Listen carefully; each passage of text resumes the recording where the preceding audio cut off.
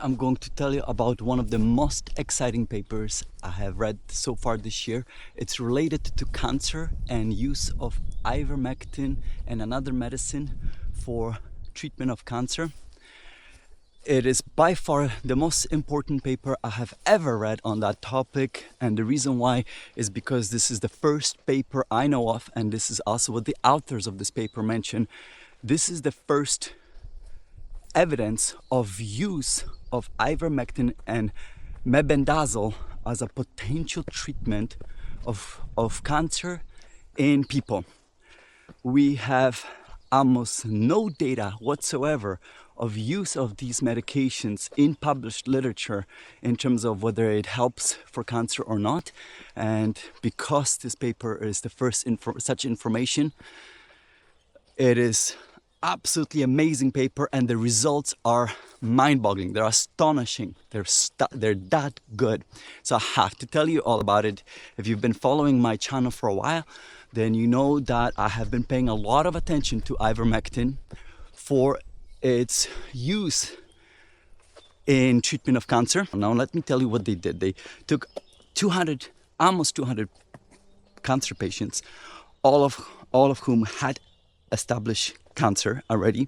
I believe the actual number was maybe 197, and they did couple surveys. So this was the way they phrased it, that this was a prospective observational survey study.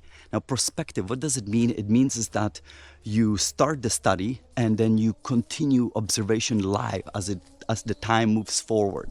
So you're starting with the patient and then you see over time what happens to that patient, as opposed to taking information from the past and analyzing past information. That's retrospective. So that's what prospective means, is that they're looking forward in time as to what is happening with these people when they took the medications. And observational surveys means these people did two surveys. So there was one survey at one point, and they did it with those 200 people in August and September 2025, and then on average 6 months later they did a second survey, so anywhere between January to March of this year, 2026. So that's why this is such a recent data. They did another survey with them, and the first survey that they did, they wanted to establish what kind of cancers these people had, what were the demographics, socioeconomic status, what kind of medications they were on, yada yada yada.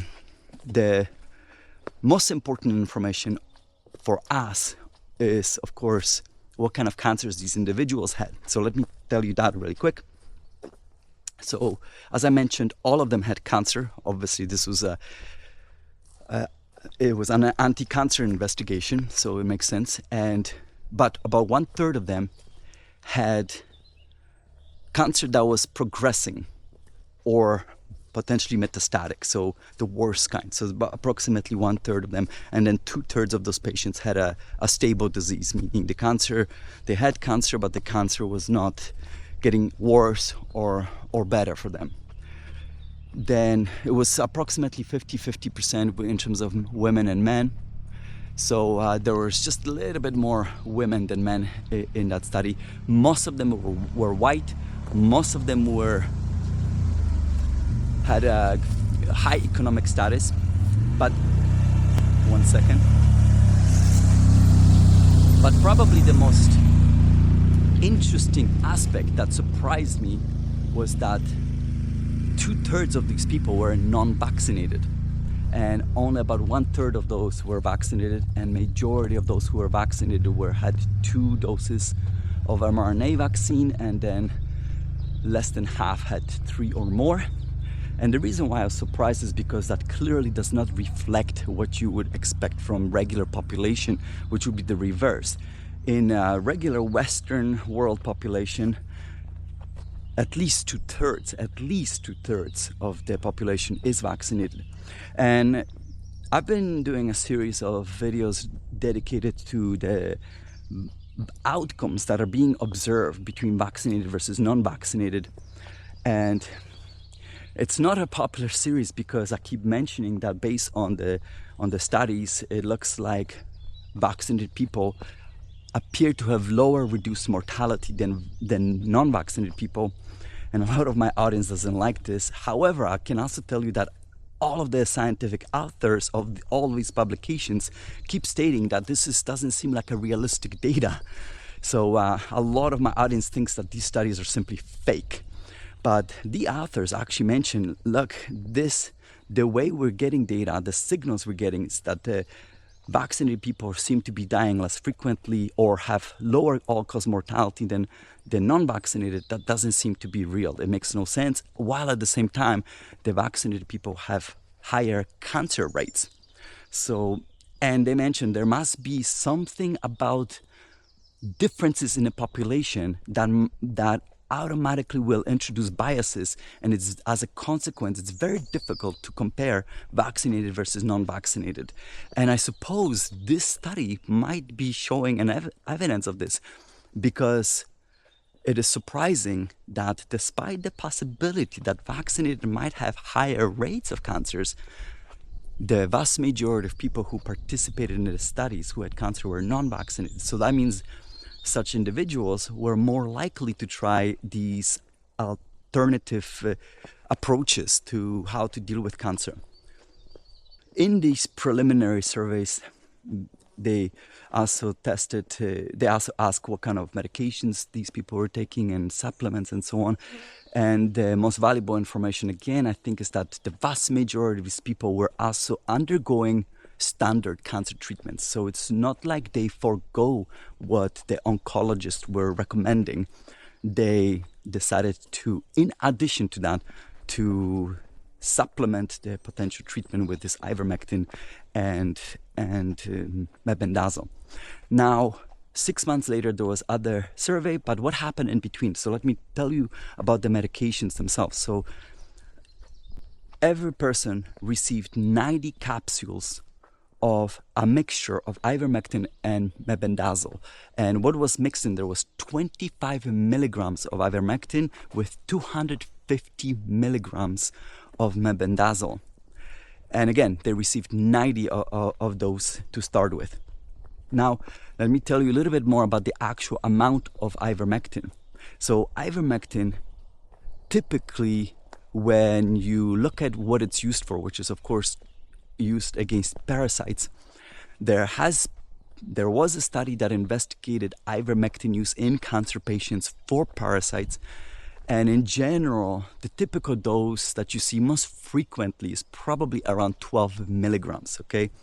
And another way to look at it, a standard medical dose that is considered to be very safe is 0.2 milligrams per kilogram body weight.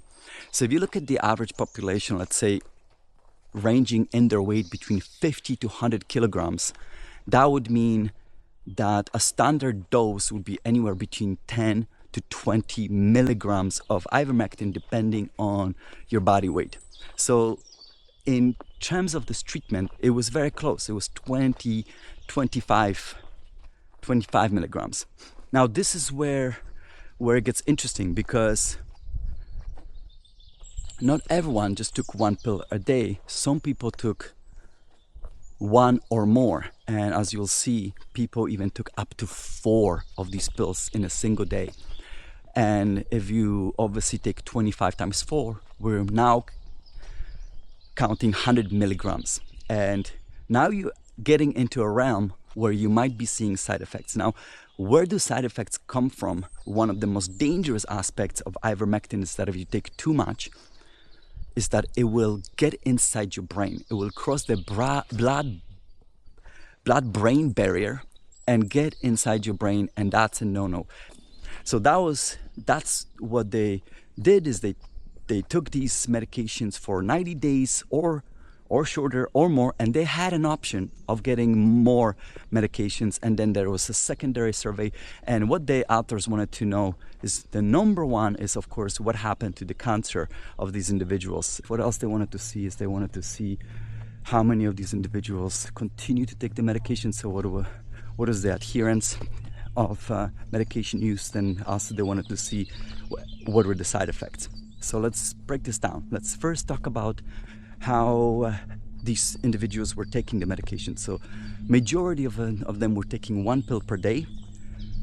Actually, no, let's not start with that. First, let's talk about when they did the second survey, how many of them they lost, of these individuals they lost in the survey. So only approximately just over 60% actually responded to the second survey. So just under 40% of individuals who started the survey, they never responded back after 6 months. So there's a fairly high loss of patients in the study. So the information we're getting here is from just over 100 individuals. About 122 individuals responded after 6 months. Okay, so now let's see what kind of information we can glean from these individuals. Approximately 85, it might have been about 86% of these individuals use the medications and continue to use that medication for all 90 capsules. So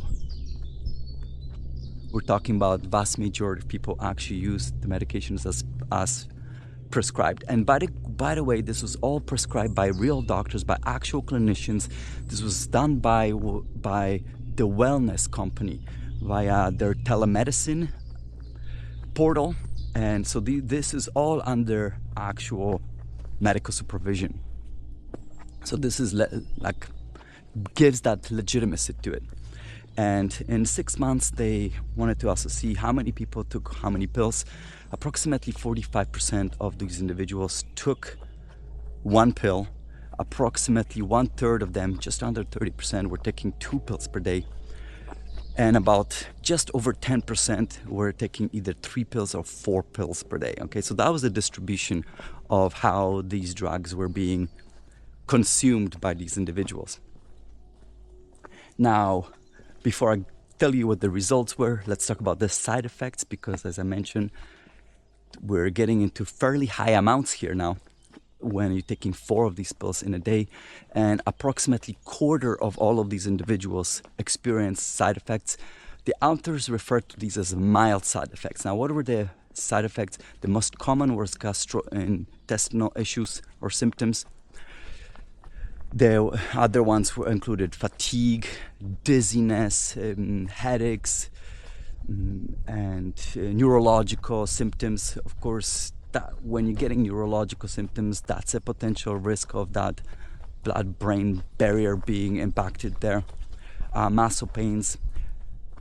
And of all of those people who experience side effects, almost half of them just continue to take medication as it was originally prescribed to them. About 45% of them, when they did experience the side effects, they temporarily paused or reduced the amount of medication they were taking, and about 6.5% quit the treatment. So those were the outcomes.